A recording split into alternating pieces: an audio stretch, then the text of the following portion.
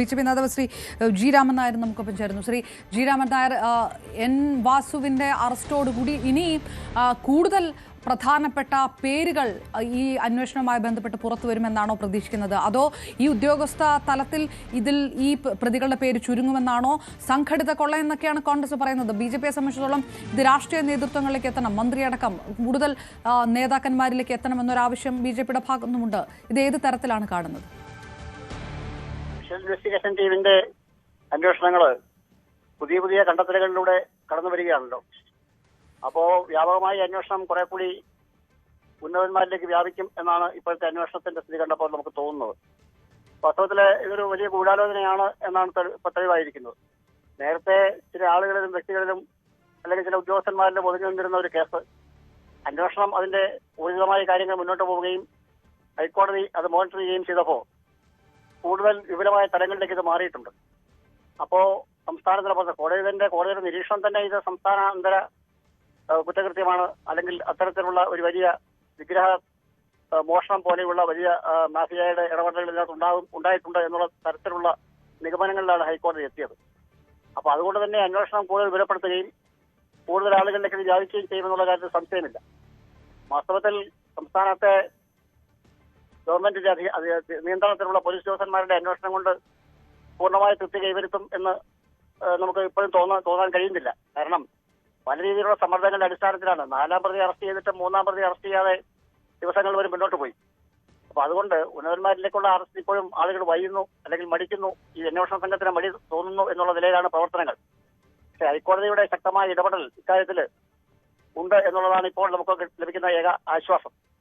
അത് കൂടുതൽ ഊർജിതമായി പോവുകയും ഹൈക്കോടതി അക്കാര്യത്തെക്കുറിച്ച് നിരീക്ഷിച്ച് ശക്തമായ നടപടി സ്വീകരിക്കാൻ ആവശ്യപ്പെടുകയും ചെയ്യുന്നതിന്റെ പശ്ചാത്തലത്തിൽ കൂടുതൽ അന്വേഷണം ഉത്തരവാദിത്തമുള്ള കുറെ കൂടി വലിയ മേഖലകളിലേക്ക് കടന്നു പോവുകയും രാഷ്ട്രീയ നേതൃത്വത്തിനകത്ത് പങ്കുണ്ടെങ്കിൽ അത് വളരെ വ്യക്തമായി പുറത്തു വരികയും അതിനനുസരിച്ചുള്ള നടപടികളിലേക്ക് ഉണ്ടാവുകയും ചെയ്യും എന്നാണ് പ്രതീക്ഷിക്കുന്നത്.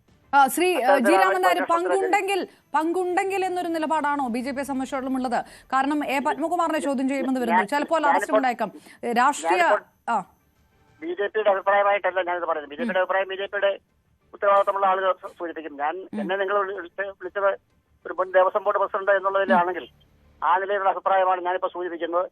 ഏതായാലും ഇത് ഉദ്യോഗസ്ഥന്മാരെ മാത്രം വലിയാറാക്കിക്കൊണ്ട് അവസാനിക്കേണ്ട ഒരു കേസല്ല, മറിച്ച് ഇതിന്റെ ഈ ഗൂഢാലോചനയുടെ പിന്നിൽ നമുക്ക് അറിയാൻ കഴിഞ്ഞിടത്തോളം ശക്തമായ രാഷ്ട്രീയ നേതൃത്വത്തിന്റെ ഇടപെടലുകൾ ഉണ്ട് എന്നാണ് മനസ്സിലാക്കാൻ സാധിക്കുന്നത്. ആ നിലയിലുള്ള അന്വേഷണത്തിലേക്ക് ഇതെത്തിച്ചേരും. അത്തരത്തിൽ കുറ്റം ചെയ്തിട്ടുള്ള ആളുകൾ നിശ്ചയമായും പിടിയിലകപ്പെടും എന്ന് തന്നെയാണ് ഞാൻ പൂർണ്ണമായി വിശ്വസിക്കുന്നത്.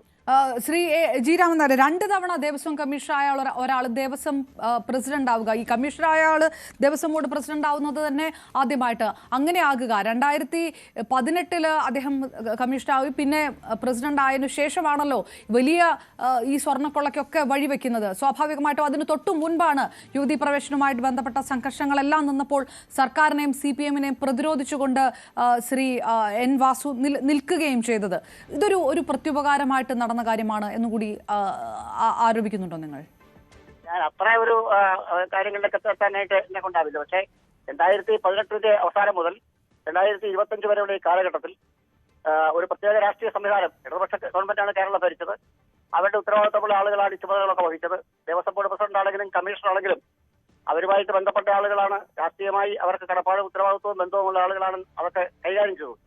അപ്പോൾ നിശ്ചയമായിട്ടും അതൊരു വ്യക്തിയിൽ മാത്രം ഒതുങ്ങി നിൽക്കുന്നതോ അത് കൈകാര്യം ചെയ്ത ഏതാനും ചില ആളുകൾ മാത്രമോ ഒതുങ്ങി നിൽക്കുന്ന ആയിരിക്കില്ല. മറിച്ച് ഒരു രാഷ്ട്രീയ നേതൃത്വത്തിന് ശക്തമായ പിന്തുണയും ബലവും അല്ലെങ്കിൽ പങ്കാളിത്തവും ഇല്ലെങ്കിൽ ഇത്തരം കാര്യങ്ങളിലേക്ക് കടന്നു പോകാൻ ആർക്കും കഴിയില്ല എന്നുള്ളതാണ് ദേവസ്വം ബോർഡിനെ സംബന്ധിച്ച് എനിക്ക് പറയാനുള്ള അഭിപ്രായം. അതുകൊണ്ട് ശക്തമായ ഒരു നിലയിലേക്ക് ഈ കാര്യങ്ങൾ മുന്നോട്ട് പോകുമ്പോൾ രാഷ്ട്രീയ നേതൃത്വം ഇതിന് മറുപടി പറയേണ്ടതായിട്ട് വരും. അല്ലെങ്കിൽ അവർ കൂടി ഇതിനകത്തുള്ള അവരുടെ പങ്കാളിത്തം വെളിവാകും. പുതിയ അവസ്ഥയിൽ തുറന്നു കാട്ടപ്പെടും എന്നുള്ള കാര്യത്തിൽ യാതൊരു സംശയവുമില്ല.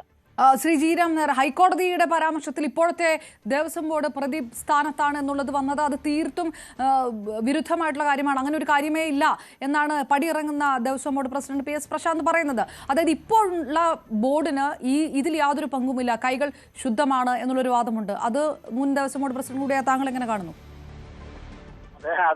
അദ്ദേഹം തുടക്കം മുതലേ പറഞ്ഞിരുന്ന ഓരോ കാര്യങ്ങളും അടിസ്ഥാനരഹിതമാണ് തെളിഞ്ഞല്ലോ. അതുകൊണ്ട് അദ്ദേഹത്തിന്റെ അവസാനം ഇറങ്ങി പോകുമ്പോൾ രക്ഷപ്പെടാൻ വേണ്ടി അദ്ദേഹം നടന്ന ചില പരാമർശങ്ങൾ എന്നുള്ളതല്ലാതെ അതിനപ്പുറത്തെ കാര്യങ്ങളൊന്നുമില്ല. മാത്രമല്ല അദ്ദേഹത്തിന്റെ നേതൃത്വത്തിൽ നടന്ന ആഗോള അയ്യപ്പ സംഗമം തന്നെ ഒരു വലിയ ദേവസ്വം ഫണ്ടിനെ ദുർവിനിയോഗം നടത്തിയ ഒരു കാര്യമായിട്ടാണ് നമുക്ക് മനസ്സിലാക്കാൻ സാധിക്കുന്നത്. 8 കോടി രൂപ ചെലവ് ചെയ്ത് നടത്തിയ ആഗോള അയ്യപ്പ സംഗമത്തിന്റെ ചുമതല അദ്ദേഹമാണ് വഹിച്ചത്. അദ്ദേഹമാണ് ഹൈക്കോടതിയോട് പറഞ്ഞത് ദേവസ്വം ഫണ്ട് വിനിയോഗിച്ചില്ല എന്ന് പറഞ്ഞത്. പക്ഷേ ദേവസ്വം ഫണ്ടിന്റെ ദുർവിനിയോഗം അതിനകത്തുണ്ടായി.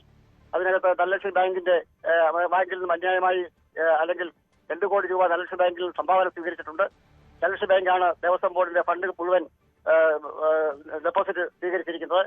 അപ്പൊ അതൊക്കെ തന്നെ വലിയ സംശയത്തിന് നൽകുന്ന അല്ലെങ്കിൽ പരിസംബന്ധമായുള്ള അവരുടെ നടപടികളിലേക്കൊക്കെ ദേവസ്വം ബോർഡിന് ഭീമമായ നഷ്ടം വരുത്തക്ക നിലയിലുള്ള പ്രവർത്തനങ്ങൾ അവിടെ ഉണ്ടാകും. SITയുടെ അന്വേഷണം അങ്ങോട്ടുകൂടി വ്യാപിപ്പിക്കേണ്ടതാണ്. അങ്ങനെ വന്നു കഴിഞ്ഞാൽ നിശ്ചയമായും ആഗോള അയ്യപ്പ സംഗമത്തിന്റെ പേരിൽ തന്നെ ഇതിൽ പല ആളുകൾ ഇപ്പോഴത്തെ ഉത്തരവാദിത്തമുള്ള അല്ലെങ്കിൽ ഉത്തരവാദിത്തം കഴിഞ്ഞ് ഇറങ്ങിപ്പോകുന്ന ആളുകൾ പ്രതിക്കൂട്ടിലാകും എന്നുള്ള കാര്യത്തിൽ യാതൊരു സംശയവുമില്ല. റൈറ്റ്, നന്ദി. മുൻ ദേവസ്വം ബോർഡ് പ്രസിഡന്റ് BJP നേതാവ് കൂടെ ശ്രീ ജി രാമൻ നായർ പ്രതികരിച്ചപ്പോൾ